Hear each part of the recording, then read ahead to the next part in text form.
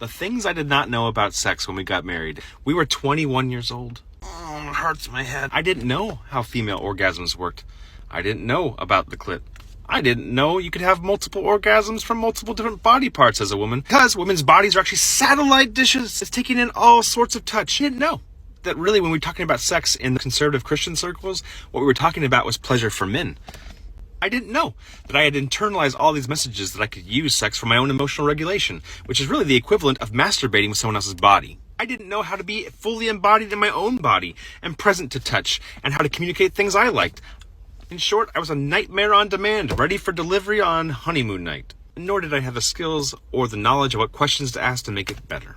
And I certainly didn't know anything about birth control. But family planning is a mutually responsible thing that men and women, husband and wife, partners, you do that together. That's not on your wife. And oh, you forgot to take the pill. No, I could not comprehend the degree to which actually growing a baby inside of your body, pushing that baby out, and then raising that baby with all of your mental energy, soul, and strength would be capable of stripping away so many other parts of your humanity as a woman. The unequal power dynamics of what it meant for such a long time to be a wife, about how her priority was to keep me comfortable, not sharing the mental load, and not being equal partners in parenting and in life isn't just a turnoff. Converter's right. It's an exhaustion beyond, I think, what most men could even really believe. It's another task added to the mental labor.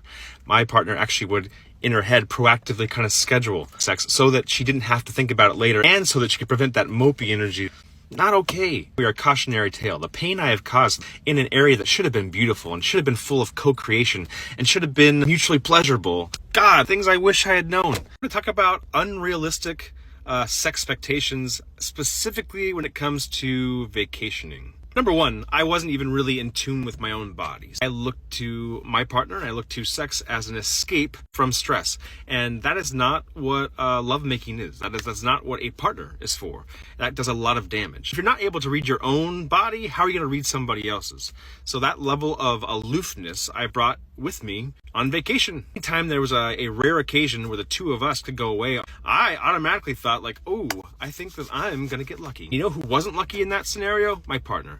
Because that's not how she works, certainly, and I think it's not how many women work. So if you're constantly surrounded as a woman or any kind of parent by small children and the demands and the mental labor of everyday life encroaching on you and even crushing you, and then add on to that maybe as a woman your sexuality is responsive, meaning that your environment changes how sexy you feel and how into something you might be. The idea that you could take somebody in an environment that's full of pressure and take them out of that and place them somewhere else, and that might change the way they kind of feel, isn't entirely off base, except if you create that new space that automatically has a default pressure. Like obligated sex is not sex. Like nobody wants that. And I think that oftentimes men think, well, if we have issues in our sex life, then certainly when we go away on vacation or we go on this overnight, that will suddenly fix things. That's not how it works. Are you telling me, sir, that I should take my wife away on a weekend and not expect sex? Yes. Go be present. Love her.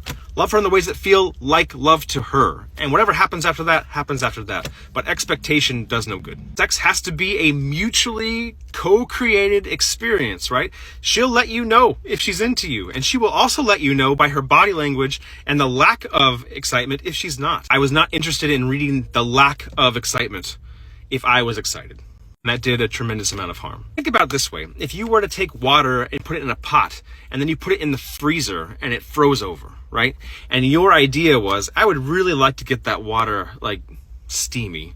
It'd be nice to like heat that water up. It takes time. In fact, if you wanted to heat ice up quickly and you tried a shortcut by using the microwave, it wouldn't even work. The ice cannot, in the microwave, it cannot vibrate. And so therefore it doesn't actually melt. And oftentimes the scarcity mindset that I would bring into, whether it was an overnight or a whole week-long vacation, that now is the time away from the kids. Now is the time that we get to be together. That pressure didn't help, but it also wasn't doing the work required to kind of change the way that like the entirety of our lives felt. If I could go back and change any one thing about our marriage, I would certainly have changed my ability to upload how important it is to have a community of support around you. There needs to be an expansive and robust network because two people trying to raise, especially multiple kids in a household with all the demands that comes with in late stage capitalism isn't sexy. It isn't. I'm not saying that getting away is a bad idea, but getting away is not nearly as important as building a life around you that has space in it for someone to be themselves fully, and also for you as a couple to kind of have time together. And we didn't build that. I didn't build that. If you would like a healthy and robust sex life, you will also need a healthy and robust community life. You cannot love somebody well and parent well in isolation.